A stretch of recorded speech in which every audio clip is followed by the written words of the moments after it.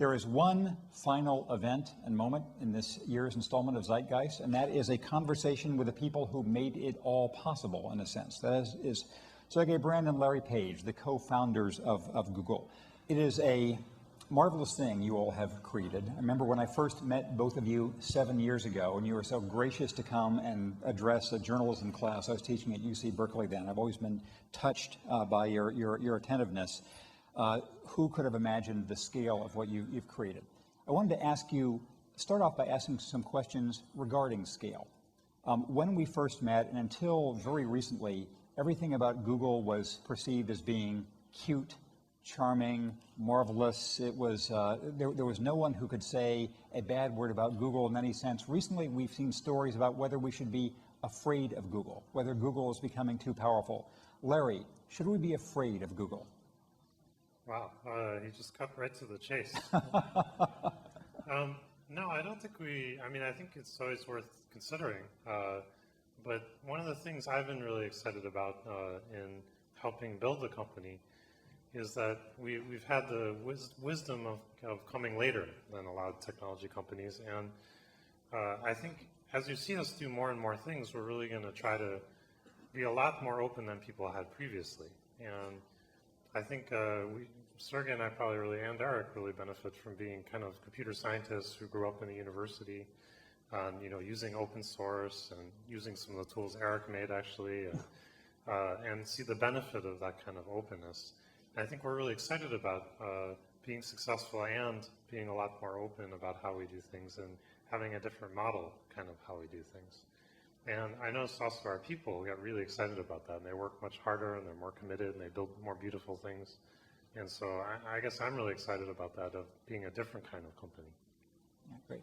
I'm going to ask if the house lights can start coming up now so that people can start seeing making their ways to the microphones. I have a couple of other questions. Sergey, I have a question for you also involving scale. One of Google's distinguishing traits has been rapidity of change, the new products you keep producing all the time. That's relatively harder and harder as you have a larger group, even of very talented engineers. So how have you found a way to manage the combination of the creative chaos that's been indispensable to your success and the scale that's a result of your success? Yeah, the way I like to think about it is that I'm not trying to maintain our culture or to maintain the level of creativity, but we always try to improve it and increase it. And certainly scale presents some challenges, but it also presents opportunities. For example, if you look at the infrastructure that we have now, the kind of computational facilities, now when we want to run a kind of a experiment that would have been inconceivable to anyone just a few years ago, we can get it done in, a few hours' time, maybe even. And so this really opens new possibilities.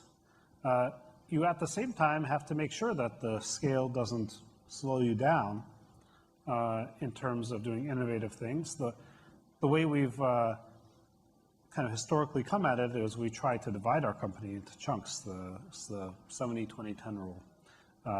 70% try to work on the core efforts of the company, 20% goes to adjacent areas of expansion, and 10% kind of anything goes.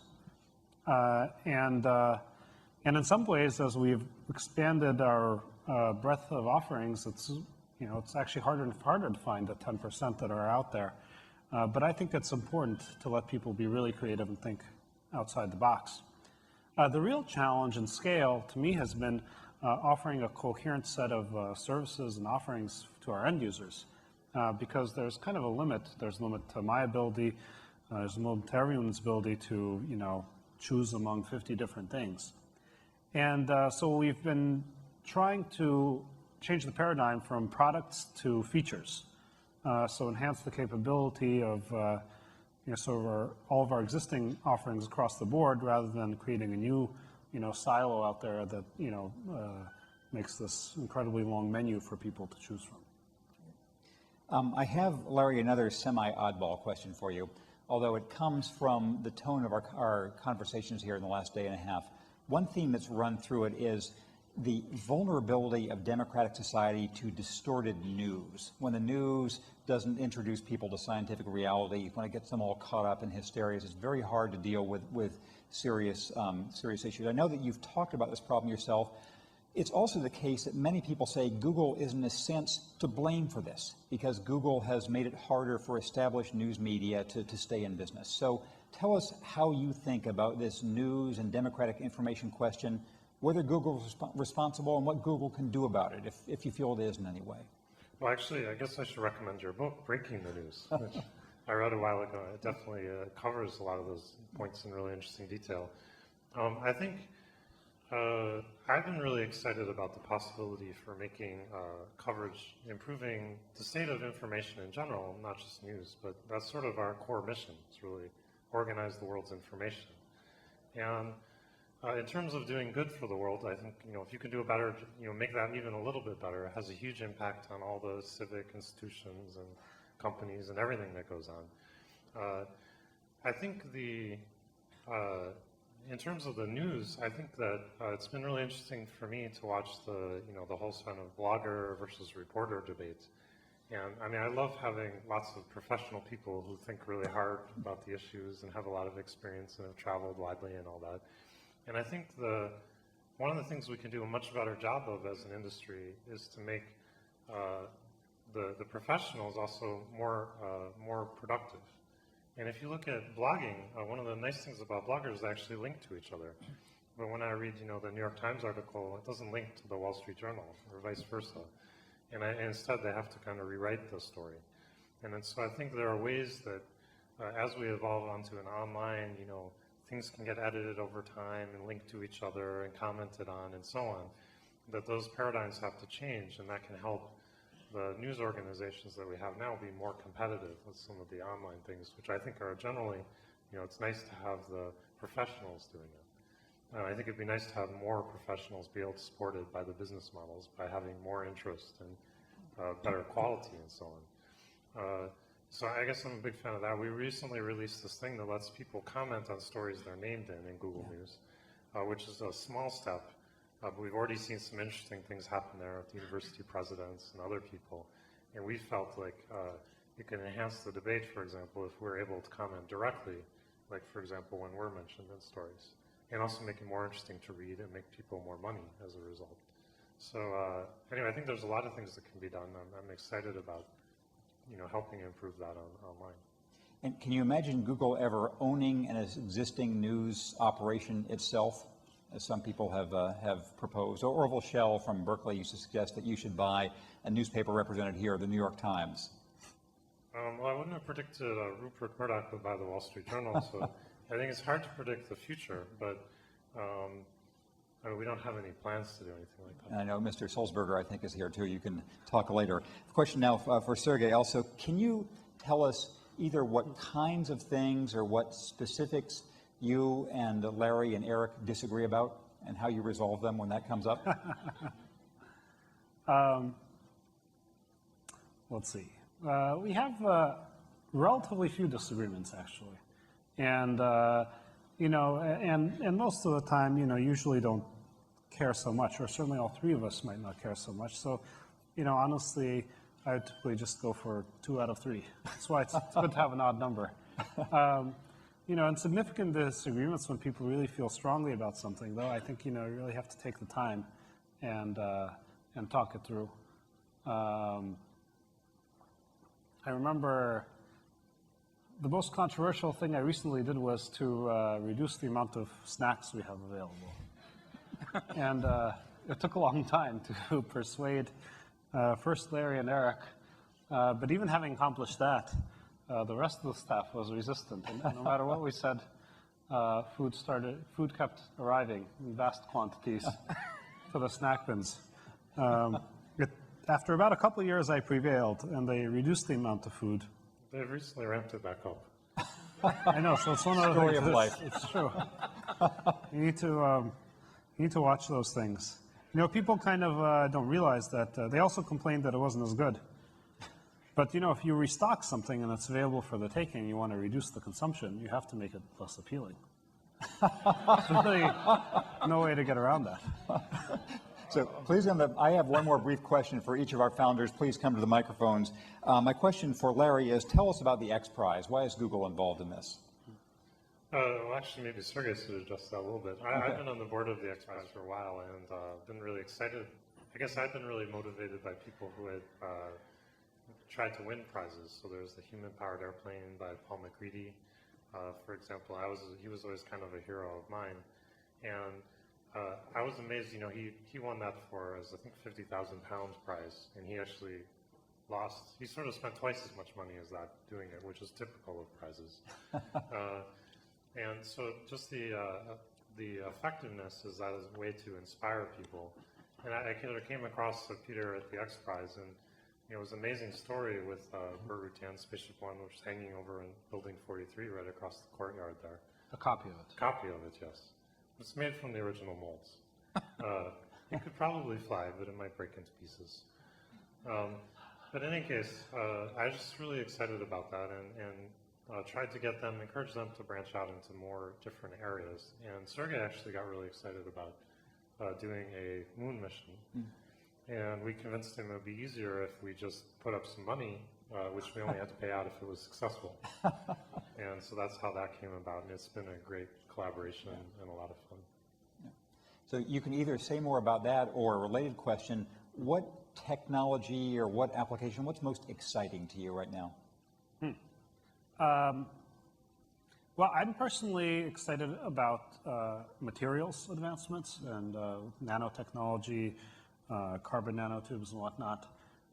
It's not particularly related to our existing business so much, but I feel like the kinds of improvements we're seeing in both, you know, the strength of materials, lightness, battery capacity, things like that.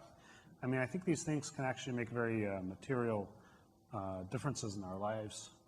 The cost of solar power, as you know, you see the photovoltaics dropping, and if they continue to drop, you know what that will mean for our environment. All those things are very exciting, and it's actually not that popular, I think, a subject these days for students and whatnot. So I think it's somewhat underinvested, but has dramatic capability to change the world. It is your turn now, so we'll turn first here and then here. Please identify yourself and ask your question. Sure. Deli Tamer, founder of Let's Talk. A quick question. First, congratulations on having changed the world. The press keeps talking about the next Google. I was going to ask you, what are you doing so that you are the next Google, and who do you fear the most among existing companies? Well, first, I certainly do hope that Google is the next Google, but I also hope to see many other successful companies. And certainly on the internet, our whole business depends on the fact that there are lots of these other great websites. And what we do in search is we send people to other sites, and there's just a huge diversity of fantastic websites out there. There's How Stuff Works. That's a website I like to read personally. Some of these new social networking sites, MySpace, Facebook, that have lots of attention and usage. All of these things are part of our ecosystem, and we want it to be rich and diverse. And we hope to continue providing by far the best in class of monetization to these kinds of sites, so they can, you know, stay in business and continue to produce great content, and certainly continue to navigate people to the places they should get to via great search, and now as well some of our other kinds of communications facilities that allow people to tell each other about these sites. I was going to say, I think it'd be great if Sergey mentioned solar power. I think there's a lot of opportunities there in solar thermal and other kinds of solar power. It'd be great to see a huge company come about there and really produce a lot of energy. Yeah. Yes. Tim Carter from AskTheBuilder.com.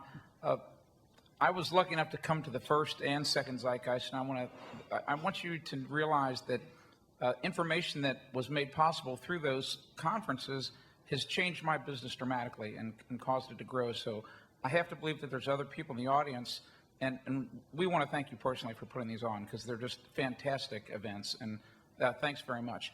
We should thank maybe a round of applause for the team.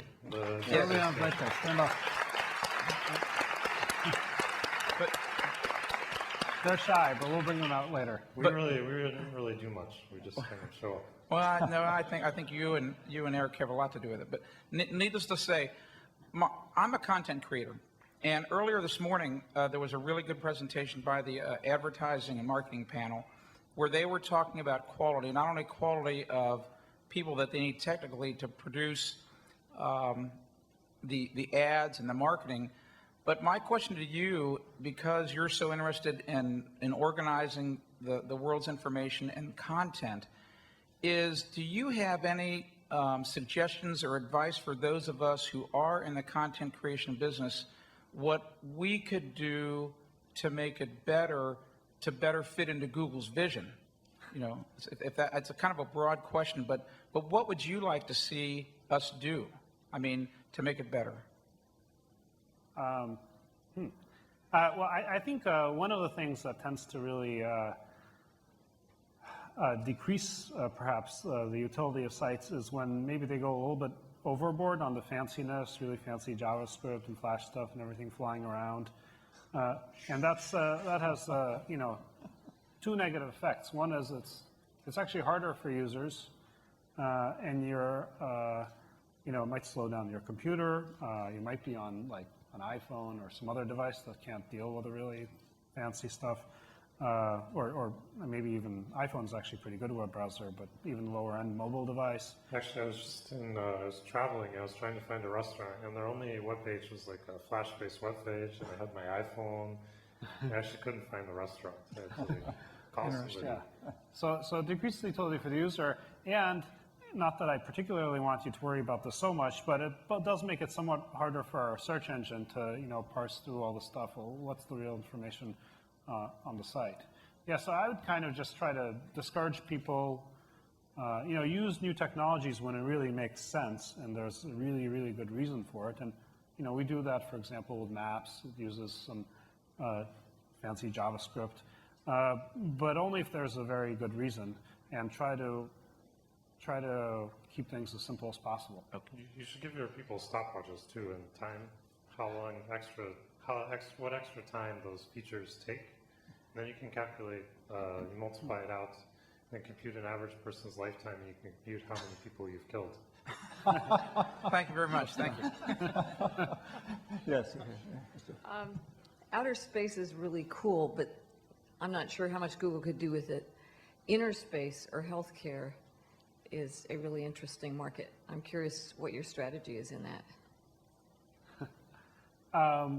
We've been certainly, many people like Esther and many others have approached us about health and the information technology challenges within health.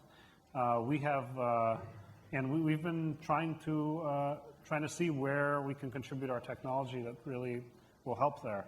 I don't think we have anything to share with you today, but generally I have a sense of optimism about what our health team might be able to accomplish, simplify things, but it's not going to be able to, you know, somehow reform healthcare on its own. I mean, I think what we'll provide will be a small piece of the puzzle, and fundamentally, you know, our goals are shared. For example, Microsoft's doing health work, and we want to see them succeed. We want to see lots of companies that are trying to improve the state of information technology within health be successful. I mean, and I want to, just from, you know, personal selfish point of view, I mean, I feel like I have sort of suboptimal health care because I don't have, you know, my records very easily accessible or easy to use. And I feel everyone in this country and the world deserves that. Larry, did you want to say something or not? Yeah. Okay. No, I mean, I was just saying, you know, it's pain to fill out all this stuff, and it's also pain that, I mean, there are some countries that track prescription drugs and things like that, and non-prescription even, and they use that to determine what's going on with their public health system and things like that. So I do think that having information about what's happening in the healthcare system that's available for scientific study and public health and so on is very, very useful and can be done very cheaply, but we're somehow unable to do that. Yes, over here. Hi, guys. The ecosystem you've created is amazing. It allows little companies to grow and thrive. Can you have the same impact on display advertising as you've had on text and search-based advertising? Is that in your wheelhouse? Is that something you're pursuing? Can you disrupt display advertising as dramatically as you have in the search world? We don't like to use the word disrupt, but we certainly hope to make it a lot more efficient, both more valuable for the sites and more effective for the advertisers. And I'm pretty optimistic on that. We have a lot of things that we're doing right now in the early stages. We have our site-targeted campaigns. We have graphical ads. I think some Flash formats are now available, and some HTML widget formats are also available. So we're continually producing new things. But in the long run, yeah, we certainly want to have as big of a change in display advertising, RPM-wise and conversion-wise, as we've been lucky enough to do for search. I can't guarantee that will happen, but that's our goal. Thanks. And over here, please identify yourself. Jerry Corbett with Hitachi. Gentlemen, thank you for putting this on. This is a great conference and probably one of the best that I've been to, and this is my third one. But I wanted to ask about a past Zeitgeist in which you folks talked about how to deal with the clutter of power supplies, and if you could give us an update on that, I'd appreciate it. Yeah, and I'm actually late on my delivery on that. I was hoping to have solved it by this Zeitgeist. We actually reviewed a number of technological fixes, and there's in fact a couple of companies out there that have some really nice technologies that might help for a universal power supply. And we're currently talking to them, see how we can help them, and see how we can move partners along. But it's I got to be honest with you, it's a harder problem than I thought, and it's not really well, except for the advent of USB mini USB plugs for cell phones becoming more and more standard. It's not actually improved much over the past year. In fact, many laptops and things have introduced new and diverse power supplies, and yeah, it's been unsuccessful to date. We have the new laptop supplies with additional 1 volt. Different plugs. Yeah, so, and that's sort of failure on my behalf, because I don't think I've been as aggressive about it as I could have been. But there are a couple very promising technologies in the works that, combined with some business magic, maybe could actually start to tackle the problem. So these are the 2 limits on your power: snacks and power supplies. You can't do anything else, but those are where you run into the world. They're all rapidly multiplying. Yeah, I'm Randall Rothenberg. I'm the president of the Interactive Advertising Bureau. They're great members of ours. As you know, there's a rising tide of sentiment in Washington, and probably in state capitals as well, around regulating the internet around privacy issues. There's an FTC hearing in a couple weeks on behavioral targeting.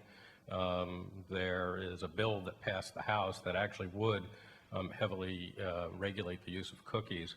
What should we as an industry be doing to deal with the potential of regulation? How do we calm and educate the public about this, and what is Google doing? Yeah, I really think education is the key. And the thing that people don't kind of miss is, we deal with a ton of privacy issues every day, but almost none of them, or really none of them, have anything to do with cookies or advertising or anything like that. The number one privacy issue we deal with is there's some information about someone on the web. Sometimes it's embarrassing, sometimes it's true, sometimes it's not true. And people just publish stuff, and it's across many, many websites, and it's a real issue for people. What we do today is, we say, you have to talk to the site's owner to get the information taken down, and then if you do, then we'll rip it out of the index really quickly. But as we move forward, that's obviously not adequate for people in some cases. Some cases the site doesn't cooperate, and some cases they're right, some cases they're wrong. Maybe they were convicted of some crime that people should be aware of, maybe not. But I think we really need to think about this question, because rules around whatever libel and whatnot, I mean, they were really at a different time, in a different situation, when information didn't travel around the world in a fraction of a second. So I think it's really worth thinking about how do we want to manage privacy of ourselves in an online world where anybody can publish anything at any time. And that's by far the number one thing, that privacy issue that we're addressed with. Number two behind that is probably various things where people get their machines hijacked, or somebody manages to get their password, breaks into various accounts of theirs. There's a whole rigmarole of stuff like that that we have to deal with. And honestly, I think the kind of privacy concerns that people have around cookies and whatnot are more of sort of Big Brother type fears. They're not actually so much a privacy issue as, do these people feel comfortable that, you were, large successful company or advertiser, and do they really trust what you're doing? Even though the privacy implications by comparison are very small. Yes, sir. Hi, Dan Murray, Ravenwood Marketing. There was an article in Tuesday's Wall Street Journal about efforts to save energy and save electricity, and it talks specifically about servers as a huge energy user. I think it estimated 14% of electricity use in this country is from servers. I just wanted to better understand, I know you guys are very active in this area, your efforts to cut down on electricity use with your massive server farms. Yeah, one thing we did actually, we have announced a whole initiative along with Intel and a whole bunch of computer manufacturers to try to implement sort of green technology within servers. And those things have to do with power supplies and sort of best practices, which we've been lucky enough to be involved in building large amounts of servers ourselves. And we've noticed, there are some things you can do to reduce power significantly and make sure that, all the power you're taking out of the outlet's really going into the, the CPU or whatever is part of your computer. And those things can make large differences, probably easily 30% kind of, you can sort of take out 30% very easily and still get, the same amount of computation you would have before, and you pay, your payback is like 1 year in terms of your electricity savings into capital cost. So we've been hard at work on those things, and we're happy to tell you more about those. I think overall, computers are probably going to use a larger and larger percentage of electricity because the amount of money that they cost versus the amount of power they use is, steadily increasing the amount of power they use. And I assume they'll be limited by the capacity of your wall plugs. So in Europe, they'll use twice as much power as they do in the US because they have twice the voltage. We also have a problem that it will heat up any room it's in. But I expect that will happen pretty soon. It's going to be a bigger issue, I think, than people realize. And we just need to be conscious of that. Hopefully we can get green generation in place that can make up that power. We're in the last minute and a half or so of Zeitgeist. I just wanted to ask each of you one last question myself. A theme that has run through the entire conference, which has talked a lot about the new responsibility, is what people can actually do in their lives to make the world a better place and the issues you care about. You are both young men, but you have changed the world. You're in a position of influence. What one just short message would you want people here to hear from you about how you think they should take responsibility to do things that matter?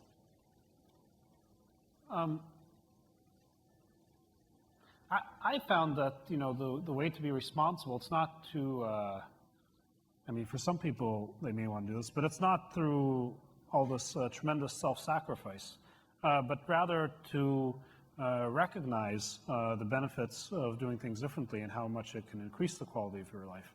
I'll give you just some simple examples.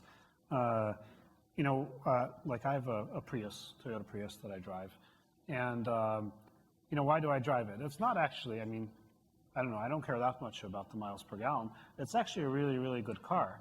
And the fact that I have the electric motor in there, I can parallel park on the hill in San Francisco, and I have really precise control of exactly, I can go in a really steep, tight spot, and I can do it no problem. Whereas, if I'm in a conventional car, it'll be like boom, boom, boom, boom, boom, then you smash into the cars around you. I have seen you have scratches on your car. Not on the Prius. It's not completely accident-proof. But people don't recognize, people feel like, oh, I'm going to get a Prius and I'm going to get this really, skimpy little dingy car just to make the environment better, and I'm sacrificing. That's just not true. If you look at light bulbs, so I put compact fluorescent in my house, if you can call them compact. But I don't get, the ones, because they tell you to replace like a 60-watt one with like a 12-volt compact fluorescent or something like that. And that's, so you get the same light and you save a lot of energy. But really, you can put in a 30-watt compact fluorescent. You'll have a brighter, more comfortable home, and you'll have half the power. So I feel like people kind of have this attitude that they need to have a lot of self-sacrifice to improve the world, whereas it's really the things that can make your life better. And a simple thing is also just being generous, giving. I enjoyed recently, going up to San Francisco, gave out these socks at homeless shelters.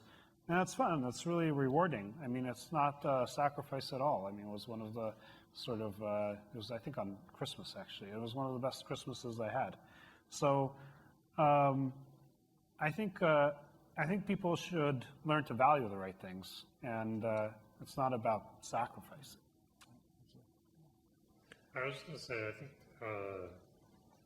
I just encourage people to question things. I mean, you can have very high leverage by sort of doing the right thing. I think that's why we're here. And I mean, I've been trying to spend my long vacations and so on in Africa, places like that, and you look at those, you figure there's 1 billion people in the world that are very, very impoverished. Imagine you were investing in their future.